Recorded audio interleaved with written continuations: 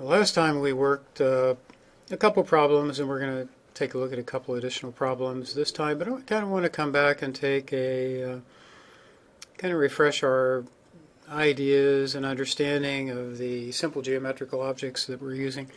Remember, first of all, kind of the most important thing is that the simple geometrical object that we choose, or the simple geometrical representations of geologic features that we want to compare, they should be reasonable. They should be consistent with the local geology.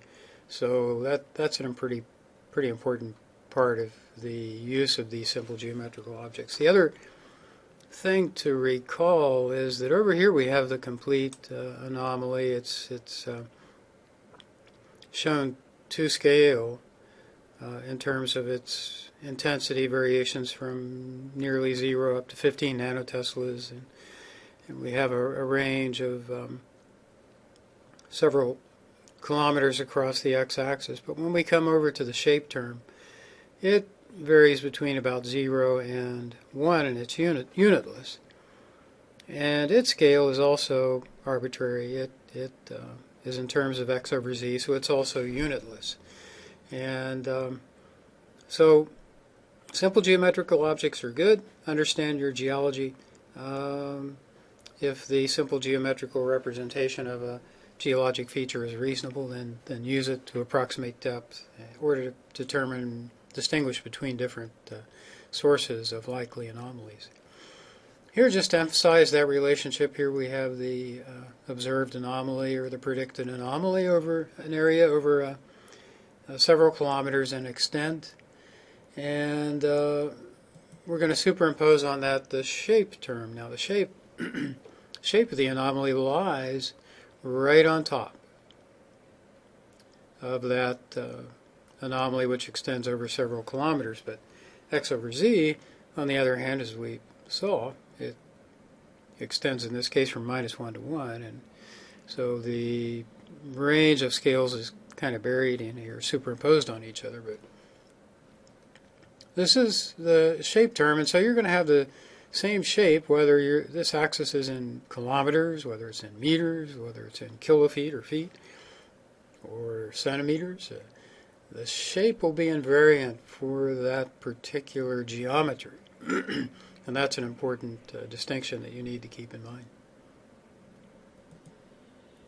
Now, if we start comparing the different simple the anomalies associated with the simple geometrical objects, and just looking at the shape terms here for the dipole, the vertical cylinder, horizontal cylinder, you can see that the sphere and the horizontal cylinder lay almost exactly on top of each other. So using diagnostic positions to differentiate between a spherical origin and an origin of a horizontal cylinder really isn't going to work for you.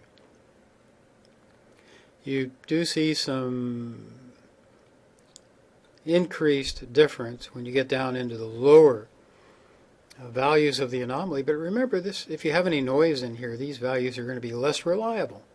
So so these two features are almost indistinguishable.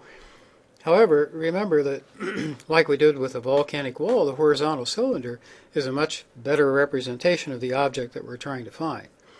And we're going to get a much larger anomaly. Maybe not in terms of the shape, but in terms of the value. We knew that that volcanic wall would actually produce a much larger anomaly than just a chunk of it would, that we might approximate by a sphere. Now, the vertical cylinder is the monopole. The monopole field, and you can see what the effect of the dipole is. The dipole field, we have a negative pole sitting on top of a positive pole generally, let's say in the northern hemisphere. And so they tend to cancel each other out, and the anomalies tend to be narrower than the corresponding monopole, where the positive pole in this case is very deep. So we're really just seeing the influence of kind of an isolated monopole. And so that's another reason that these two curves look alike, horizontal cylinder and the sphere, is that we're dealing with negative poles sitting on top of positive poles. along the entire length in this case, or localized in the case of the sphere. The vertical cylinder, a broader anomaly because we just have that one pole. And now again, it's worth emphasizing here that the vertical polarization that we're assuming is a good assumption at in the higher northern latitudes. You know, you could probably get by in the 50s or get a rough estimate, but generally it's considered to be a more accurate estimate for latitudes of or inclinations of 60 degrees or so. So sorry about that. Inclinations rather than latitudes, because you know around 40 degrees north latitude we have inclinations that are close to this. So, but if you happen to be at a different latitude, you may have to put together a more detailed calculation of the object that doesn't assume vertical polarization. So some caveats or exceptions or things to consider as you use these simple geometrical objects. They are location dependent as well.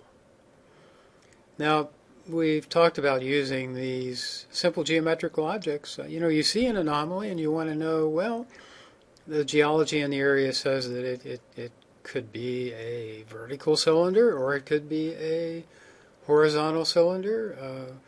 Vertical cylinder, horizontal cylinder are certainly differentiable just in terms of their shape.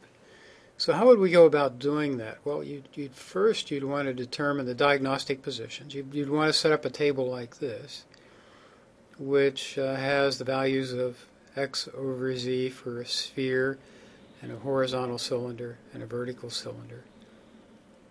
And notice, you know, as we just mentioned, that the values of x over z at x 3/4, 1/2, and 1/4 are very similar. They diverge for x 1/4. For the smaller values of the anomaly, we get a greater difference, as we saw. But the values of x over z are very similar, and the values of the depth index multipliers are very similar for the sphere and the horizontal cylinder. But we do have good difference between the vertical cylinder and the horizontal cylinder, or the vertical cylinder and the sphere. So in terms of x over z and the depth index multipliers at these diagnostic positions. And you'll often find that you'll resort to using maybe only 3 diagnostic positions, unless you run into trouble. You also might, unless you don't get a clear-cut answer, and you also, if you do have noise in your data, you may want to take an average of the left and the right values of the distances at those different diagnostic positions at h 3/4, h 1/2, and h 1/4. So here we have the diagnostic position sphere and horizontal cylinder. Again, just kind of emphasizing that in this case, if we're trying to do this, it might be hard to do. If we're trying to compare the vertical cylinder and the sphere, the vertical cylinder and the horizontal cylinder, well, we certainly should have some difference. So just an example of that. And again, just emphasizing the similarity in these values and kind of coming back to the shape here. So I'm kind of trying to drive home that point. Don't want to dwell on it too long, but remember that even though the shapes may be very similar, the horizontal cylinder is going to give you a much higher anomaly for objects of similar radius, susceptibility, and magnetizing field strength. So keep in mind that distinction between the shape term and the magnitude term. Now here's another problem. So we do have an anomaly here, and we're going to determine whether it's a horizontal cylinder or a vertical cylinder. So how would you do that? Notice the scale down here in feet, at 75 feet. Well, this is actually going to be our zero. This is the point of symmetry. We talked about this before. Whatever the numbers are down here, when you're trying to do this analysis of simple geometrical objects, you want to find your x equals 0 location at the point of symmetry. We've got a minimum value here at minus 14.14 nanoteslas. And then we just kind of mark off you might jot down what the values of the anomaly are at 3/4, 1/2, and 1/4. In this case, we're looking at a negative anomaly, so you might actually, think of that in reverse. In other words, this is 3/4 of the maximum negative value or the minimum. So minus 10.6 compared to the minimum of minus 14.1, 3/4 of the minimum, 1/2 of the minimum, 1/4 of the minimum. So we can work with negative anomalies just as we can with positive anomalies. Our x 3/4 at 6.3 feet, our x 1/2 at 9 point, we're measuring relative to this 0 location here, about 9.6 feet, and coming over from 75 to 88.7, 13.7 feet. So we have our diagnostic positions, and then we just need to multiply these numbers by the depth index multipliers in order to get estimates of z.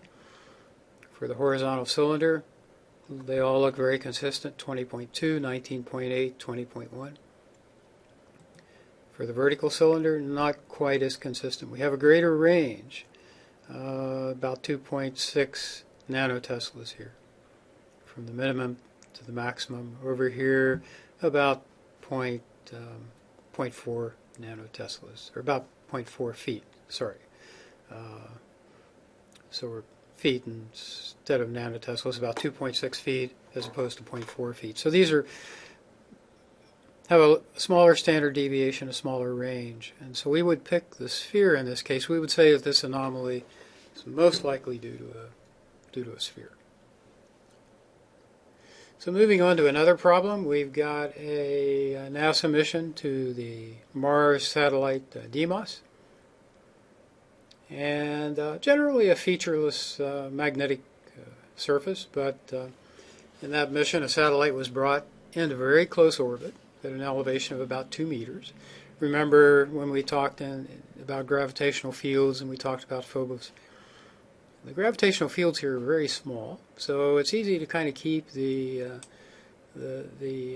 satellite at a constant elevation just using radar and bursts of helium jets to maneuver the satellite. And in doing this magnetic survey, there was an unusual magnetic anomaly that was observed, DMA 14, and an unusual looking crater. There are a few craters here, but this one was particularly unusual, and it was referred to as SETI 6. It had been observed in an earlier Russian flyby. And our question is, what is the likely origin of this anomaly? Is it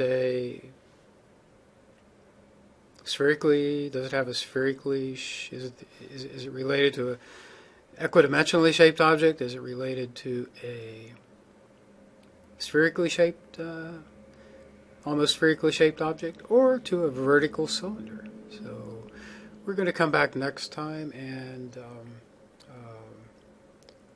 talk about that, and we'll also cover sampling issues.